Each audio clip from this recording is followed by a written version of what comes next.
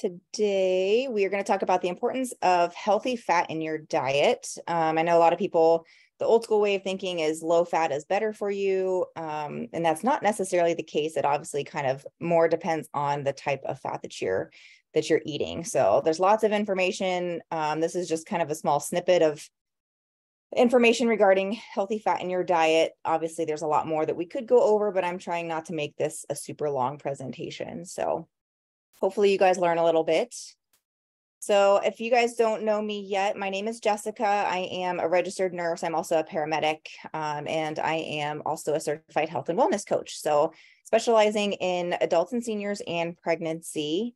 I just finished up those certifications. So just a little bit about me. I do work in the emergency department. That's my specialty as a nurse. So been a nurse since 2009. And today we're going to go over unhealthy versus healthy fats and how to know the difference. So which fats to avoid, fats you likely need more of, and the crucial roles that fat actually plays in our body. So to start, true or false, your blood cholesterol is mainly comprised of dietary fat, meaning the fat that you ingest through your food. I'll give you guys a second or two to think about that.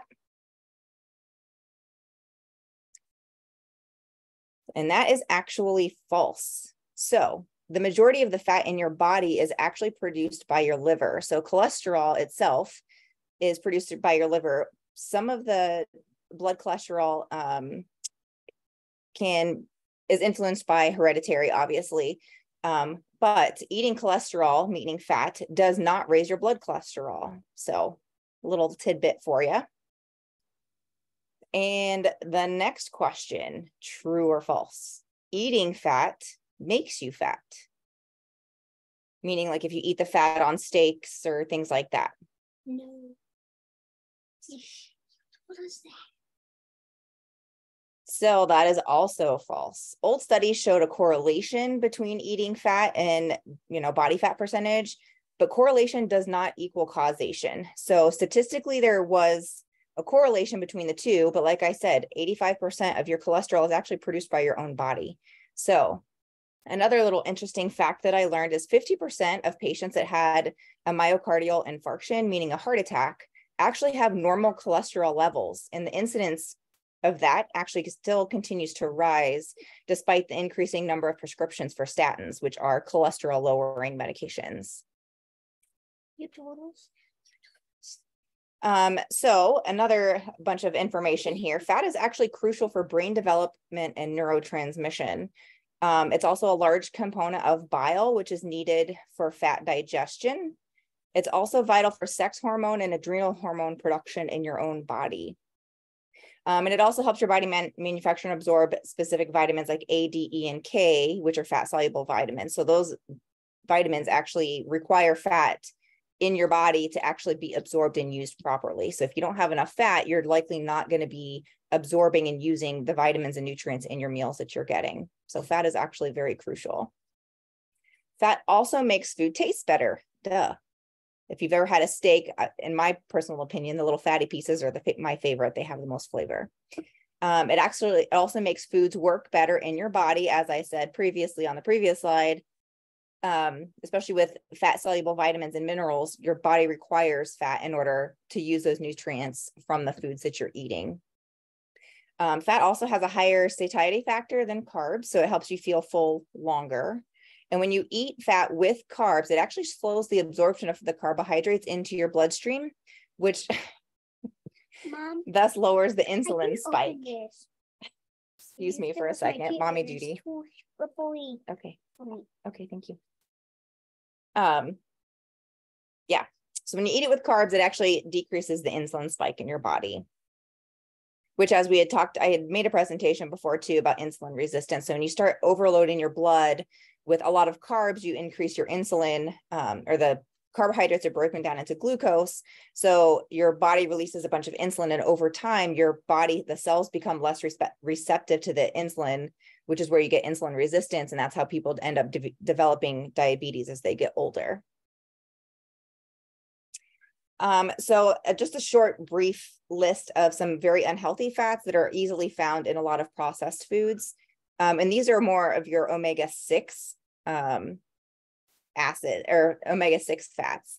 So partially hydrogenated oils, corn oils, cottonseed oil, spelled that wrong, palm kernel oil, sunflower, safflower, and soybean oils. And like I said, these are often processed foods. They're high in omega-6, which is actually the more unhealthy fat. And the average American diet is actually very high in omega-6s. So just kind of food for thought. Whereas you look at your healthy fats, these are found in primarily in fish oil. The DHA and EPA are your omega-3s that are the most crucial to your body. They're also found in flax oil, olive oil, and nut oils. Fish is actually the preferred source for these because it's a more pure omega-3, and your body actually has an easier time utilizing it. You can get it from plant sources, but it's not as preferred for your body. Your body actually, it has to work harder to convert that. And these omega-3s or healthy fats are found in real foods. So one way you can think of it is foods that swim in the sea, run in the forest, and grow in the fields. And I'll go into that here in another slide or two down the road here. But the average American diet is actually very low in these fats. So the ideal ratio for omega-6 to omega-3 is actually 0.4 to 1.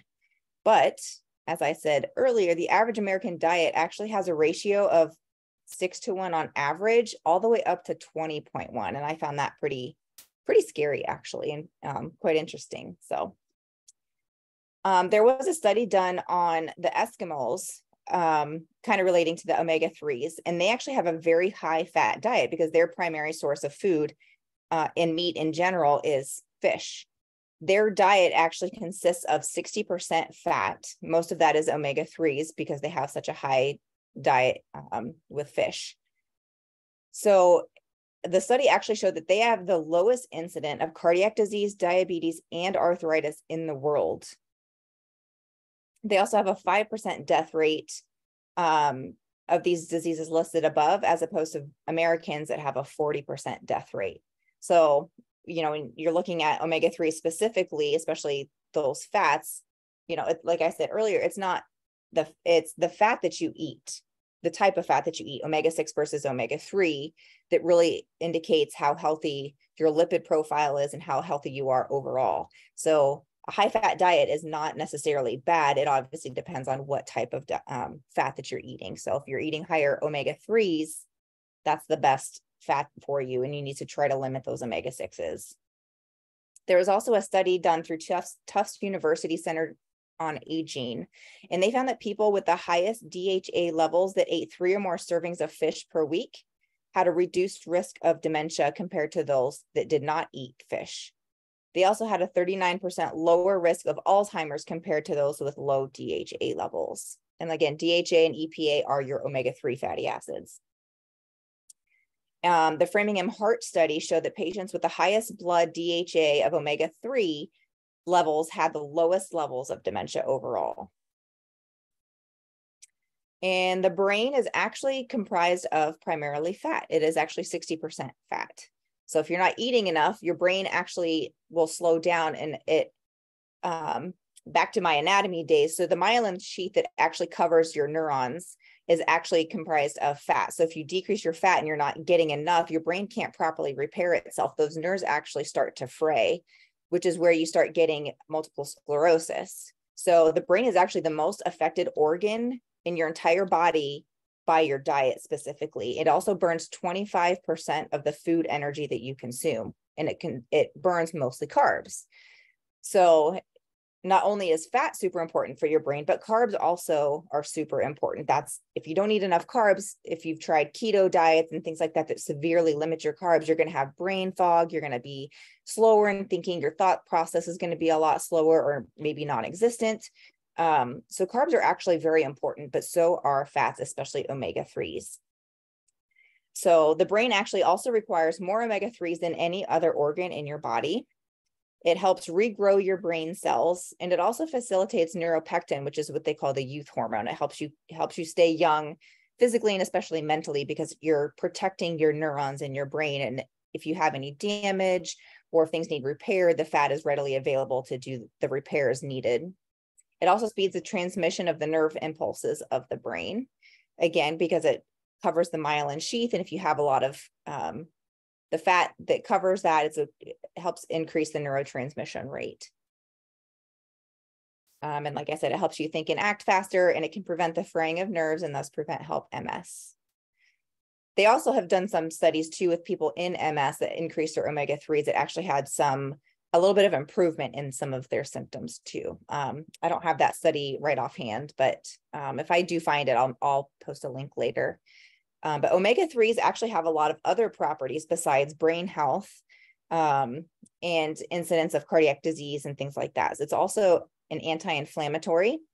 It's an anticoagulant. It actually helps lower your resting heart rate, and it lowers your cholesterol and triglycerides. So increasing healthy fats, your omega-3s, can actually lower your overall blood cholesterol and triglycerides. Diets high in omega-3, specifically in fish, found in fish, and monounsaturated fats such as olive oil, and low in saturated fats actually showed a lower incidence of cholesterol, LDL, and a higher HDL. I think I said that a little bit too fast. Let me go over that again. So higher omega-3s. So if you're eating more fish or getting more omega-3 supplements, and higher monounsaturated fats, such as olive oil, which is higher in omega-3s, and you're avoiding those low in saturated fats, those three in combination can help lower your cholesterol, which lowers your LDL and increases your HDL. So it gives you a more optimal lipid profile panel. So LDL is your bad cholesterol and HDL is your good cholesterol. A couple other properties of omega-3s, it actually helps lower your risk of stroke by 50% when you're eating 2 or more servings of salmon per week. So if you're increasing your omega-3 intake, and that goes back to the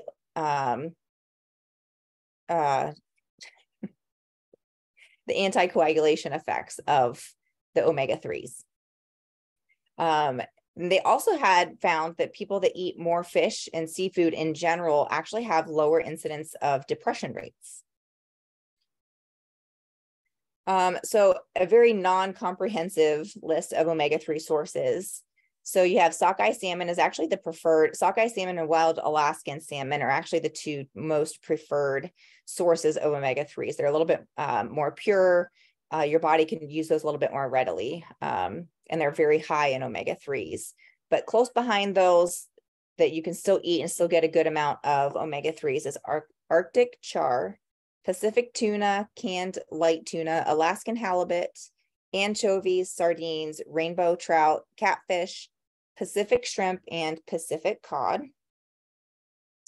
And some plant sources for omega-3s are walnuts. That's actually called the brain nut. Not only does it look like a brain, but it's also super high in omega-3 fat. Flax seeds, sunflower seeds, sesame seeds, pumpkin seeds, avocado, and whole eggs. The majority, obviously, if you take out the yolk, you're not getting the omega-3s and the essential fat that you need. I know for a long time they pushed for egg whites, and to take out the yolks, especially if you had high cholesterol. But as I said earlier, 85% of your cholesterol is produced by your liver. And eating fat does not increase your blood cholesterol. So the yolks are good for you. There is quite a bit of fat in them, but it is good fat. And again, fish is the preferred source for your omega-3s. Some other sources, the U.S. National Institute of Health actually recommends that you get a minimum of 600 milligrams of DHA and EPA daily combined. And that's kind of an old number. That's about equivalent to a 6-ounce wild salmon steak twice a week. But ideally, that's still pretty low. Ideally, they are now actually showing studies that 2 grams is actually optimal of DHA plus EPA daily in about a 1-to-1 up to a 2-to-1 ratio, respectively. They also had studies that showed that they are recommending now that those with heart disease and arthritis consider 3 grams a day because it does help with it's an anti-inflammatory and it's also an anticoagulant. So it has been shown to help decrease the incidences of pain associated with arthritis by helping to lubricate the joints. And it also decreases the incidence of cardiac disease or heart attacks secondary to those anticoagulation effects. And they also are recommending that those with neuro issues such as dementia, Alzheimer's, and things like that to consider up to 5 to 6 grams a day.